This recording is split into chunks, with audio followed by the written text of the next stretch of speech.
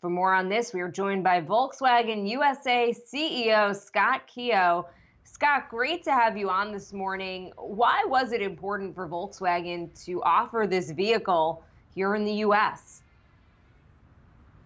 Well, look, obviously there's a movement at hand, and Volkswagen likes to lead and likes to be part of the movement.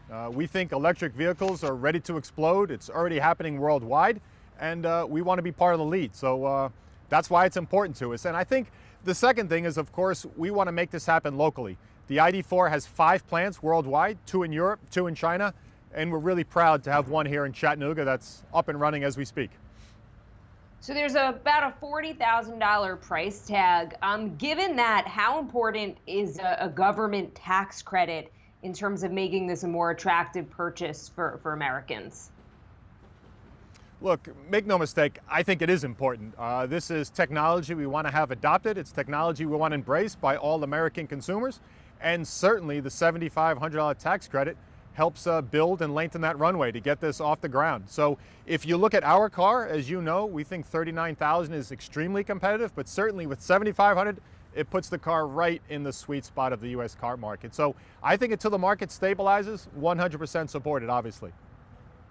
Just want to look at a comparison of Volkswagen ADR shares that trade here in the US and Tesla stock over the past month.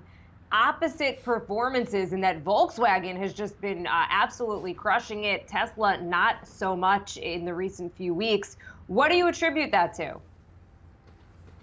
Look, I think it's a simple thing. I think Tesla obviously got off in the front in terms of electrification, and frankly, Elon and the team have done a magnificent job. But look, in any competitive industry, there never is just a number one. There's always a 2 and there's always a 3. And frankly, Volkswagen has now joined the game. We've made breathtaking investments. When we launched these same cars in Europe, we're now the number 1 electric car maker in Europe. And so now the market is giving credibility, if you will, to old auto. They see things that we can do. We have good scale, great engineering, and now the market is recognizing that. I think the other thing actually is the full commitment Volkswagen has made. We've signed on to the Paris Climate Accords. We've agreed to be zero CO2 by 2050 for a massive industrial company. That's huge. The market buys the future. The market believes the future. And right now they're believing us. So it's exciting times. The Tesla Model Y, not to just belabor this, it has a similar price point and a range of over 300 miles. How does the ID.4 stack up against that vehicle? Look, I think our car stacks up extremely well. I think the first thing is you mentioned, the entry model Tesla has 230 miles, so it doesn't have 300. The other version that you've mentioned has 300. The second thing, of course, is the price point. This vehicle with $7,500 makes this car, $32,000, $33,000. So that's extremely, extremely strong. The other thing we have is we have 650 dealers across the country. They've been trained. We have EV specialists. They're ready to sell the car. They're ready to service the car. They're ready to embrace the car. So look, I don't want to make everything about Tesla. I know that's the giant in the room. But for me, that's not the real battle. The real battle for us is we're not looking for Model Y customers. They'd be great to have. We're really looking to drive adoption. We need internal combustion engine owners to look at this car. So we're looking at Toyota and Honda and Subaru, because it's not to fight for 2% of the market. We want to fight for 98% of the market that's not electrified right now. That's where the massive opportunity is and where we position this car, frankly. I still hear from just regular car buyers and drivers that the big concern about electric vehicles is still the charging stations or lack thereof. How big of a hurdle is that? And do you think that is that kind of what's standing in the way for mass adoption of electric vehicles at this point?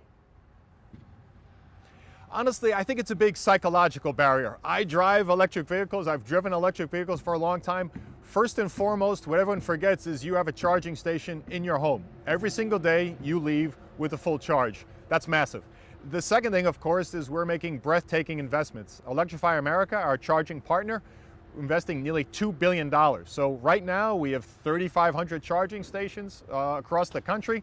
And honestly, the big battle is the perception front. Once people drive, use, and adopt, car behind me has 250 miles of range. Most Americans drive 30 miles a day. It's really a perception barrier. We got to get people to test it, drive it, adopt to it. And then, of course, these fears go by the wayside, in my honest opinion.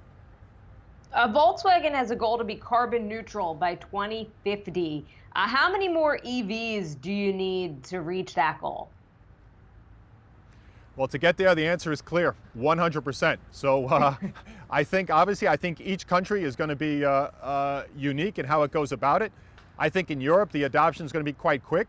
Volkswagen will probably be selling 70% of its fleet within 10 years, electric. China probably closer to 50%. I think America is going to be a little bit behind, maybe more like 30 to 40% within 10 years. But there's some people predicting by 2040, the entire market will be nearly 100% EV. So we think it's at a tipping point right now. But of course, as you know, for CO2, it's not just about the cars. That's a big part of it. It's also about our factories. It's also about our logistics. Right now, we have transportation coming from Europe using compressed natural gas in terms of our ship tankers. So it's everything. And that's what we're looking at as a company across the board. How important is production here in the U.S. to Volkswagen's electric ambitions? In my mind, it's crucial. We've had a lot of meetings with the administration, and if you want to simplify from the automotive business what the administration is looking for, first and foremost, they want to address climate change with vehicles that are producing less CO2. The second thing, they want to secure U.S. jobs, and we are fully on board with that. These are high-tech, great paying jobs, and that's exactly what we want to bring to America. If you look at this car, it's going to bring an additional 1,000 jobs into Chattanooga, Tennessee, and I think it's a crucial element. If you look at a lot of the factory towns throughout the Midwest, frankly, they didn't adopt, and we want to make sure our factories continue to adopt. And the way to do that, invest in new technology, invest in new training, and make sure you have products for the future. And that's what we have in Tennessee, and we're excited by it. All right, Volkswagen USA CEO Scott Keogh, so great to have you on this morning. Appreciate it.